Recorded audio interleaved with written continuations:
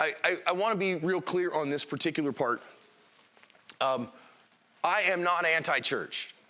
Hey Aspers, would you join me today in welcoming the newest sponsor of Active Self-Protection, Mr. Target. Mr. Target is the sponsor of today's video. If you're looking for excellently engineered steel targets that will withstand thousands and thousands of pistol, rifle, or shotgun rounds, Mr. Target is my go-to resource. They've got self-sealing rubber targets too, and you can see us use them all the time on the Active Self-Protection Extra YouTube channel. Hit the link in the description to check Mr. Target out, and be sure to thank them for sponsoring today's video. I am cautious, and I want you to be aware that the problems that a lot of people talk about with church safety in terms of self-defense and those kinds of things aren't the problems that they'll actually face. As a guy who ran a church for 14 years, I don't think that we really focus on the right things here. And again, remembering in self-defense, what are we really trying to do? We got to focus on the mission first, okay? Most church security classes that I've ever been invited into, that I've ever seen, that I've ever kind of, been around are really more venue security and executive protection. Great, except for if you're looking at it as your pastor's, your executive that you have to protect, and it's dignitary protection, I think you're a mess. Now, maybe if you've got a mega church, right, and really what you're thinking of is the head of your mega church organization, who's not a pastor, okay? So the head of a megachurch organization is a religious talking head. They may claim, I get it that they claim the title of pastor so that they can take the clergy exemption on taxes. I've done that. Okay, fine. Again, though, if somebody doesn't know the color of your couch or the name of your dog, they're not your pastor. Full stop. If you've never eaten dinner at their house, they can't know you well enough to know you that they're your pastor. You understand what I mean. I'm saying if they're not involved in your life on a regular, consistent basis and know what's going on in your world, they can give you advice from afar and be an influence, but they cannot be a shepherd. Okay? And so that's most people today. I can tell you that in 14 years of pastoring, one of the ones that always got me is that somebody would leave my church because we didn't have enough, activities or whatever, a ministry for their kids like they wanted or whatever. And then 3 years later, they'd call me for, hey, John, would you be willing to, we want our kids to go to this Christian school and we need a reference from our pastor. So why don't you ask your pastor? Well, we don't know him. Well, maybe that's a problem for you. Well, it's not, that's a you problem, though, not a me problem. I'm not your pastor. So are you asking me to lie for you? Or even worse, hey, John, my mom died and we need, I need somebody to do her funeral and our hearts are heavy. Is there any way you have some time for us? Why don't you call your pastor? Well, I don't know the pastor at the church that we attend anymore. And so, but you left my shepherding and my flock because it wasn't good enough for you. So why do you want my advice? Well, because we need a pastor. Let me call you back in a minute. I don't want the consequences of my decisions. Yeah. So, okay. All that said, and most church security stuff is predicated on large churches. It's predicated on churches of thousands. It's predicated on Lakewood. And what the thing with Lakewood is guess what? I've got 10 uniformed officers on campus at that moment. None of them were worth a crap, by the way. And recognizing that most of my church safety and church security will be handled in reality by amateurs, not professionals, which I don't mind when the professionals do that bad a job, okay? And the guy who did solve that problem at Lakewood at the active killer was a Texas Alcohol Beverage Commission officer, which they are technically sworn law enforcement. They have enforcement capabilities and badges, and they are considered sworn. They are not cops. And he was working in a suit as an usher at the church, so really working in a non-sworn capacity, doing non-sworn things. And also I had somebody like, oh, John, see, and the active killer there, he used a spare magazine. He needed a spare mag. Why did he need a spare mag? Because he sucked with a gun. But at least he was willing to advance. He was willing to engage. I'm going to give him a ton of that. He used that first magazine to get his head right.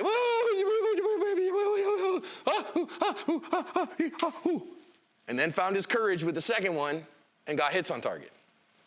Hey, guess what, friends? Find your courage before you press the trigger. And if you go, I can't make hits at 40 yards, guess what that means for you? It means you got to close to the distance you know you can. Is that going to take mass courage? You might end up being a member of the Special Pants Brigade. That's one of the reasons that I get really good at really far distances, because I can be a coward and still make it happen. Because I guarantee you that woman with an AR-15 that she had no sights on can't get hits at 40 yards. But I can. I whack you with my pistol from 40 yards all day long. And you're like, well, I know you say that, John, but you know, you don't know what you're going to do in the moment.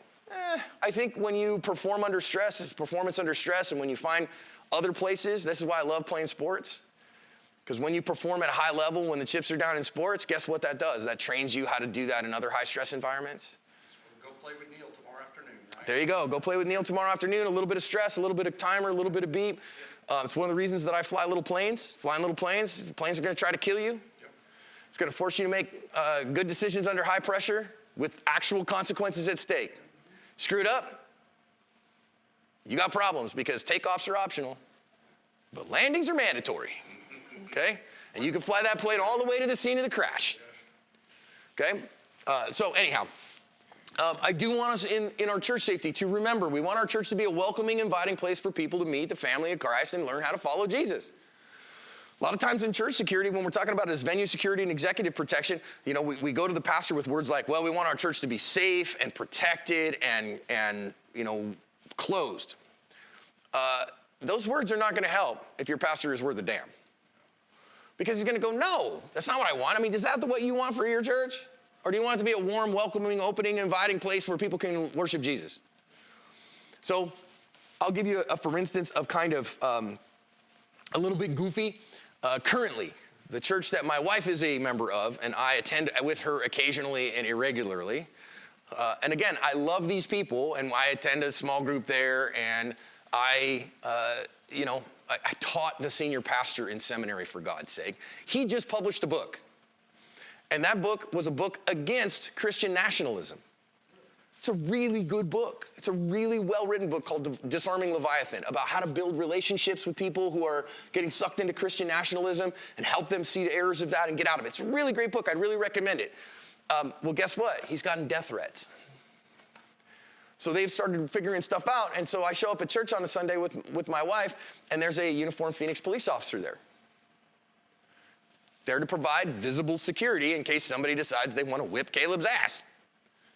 So I give him a hard time. Why don't you be security? Why don't you be hard to whip your ass? It's like, I don't want to mess with that stuff. I just want to have that there. And I was like, you think that kid is going to dissuade? And actually, I know that kid. The funny part is, I didn't really know that kid, but I know that kid's training sergeant. So I got a chance to meet him. Hey, man, how are you? Nice to meet you. And he goes, hey, I think I know you, man. I think our sergeant showed us your videos. Cool, man. Who's your training sergeant? Oh, my training sergeant's James Bird. I just ran a half marathon with Bird. Nice to meet you, man. So then I took a selfie with him, sent it to my buddy James. Oh, I love that kid. Tell him he needs to learn to shoot better. Okay, all right. So, but that's what we have for security. Yeah, okay. Everybody in the church safety world focuses on the active killer problem. There are 2 active killer events at churches every year in America. 2. Okay, out of 50 million worship services, 2. It's lightning strike rare. Okay, and a very simple problem. Simplest problem of all. Wait, somebody's killing people in our church. Find him and kill him. Run to the problem, solve it. How do you solve it? Put bullets in him until he stops doing the thing. I say him, it's almost always a him, okay? When he stops doing the thing, now your real problems start. Mob control. Yeah, I mean, the follow-up actions, the cops are coming, that milkshake's gonna bring all the boys to the yard, everybody's gonna run to get their kids out of kids ministry and wanna get the hell off campus. But you've got an active interdicting problem and a chaotic, complicated solution, so the aftermath is a real problem. But the actual problem is a very simple problem. And everybody wants to focus on that and not the real problems. So I'm going to talk to you about those, okay? So you got to think of church security like home safety when inviting people in to get to know them. If I invite somebody over to my house and I've got angry dogs and a hole in the floor and exposed wires, are people going to feel comfortable to get to know me? No, man, they're gonna be like, dude, I gotta go. This is not good. I don't feel safe here.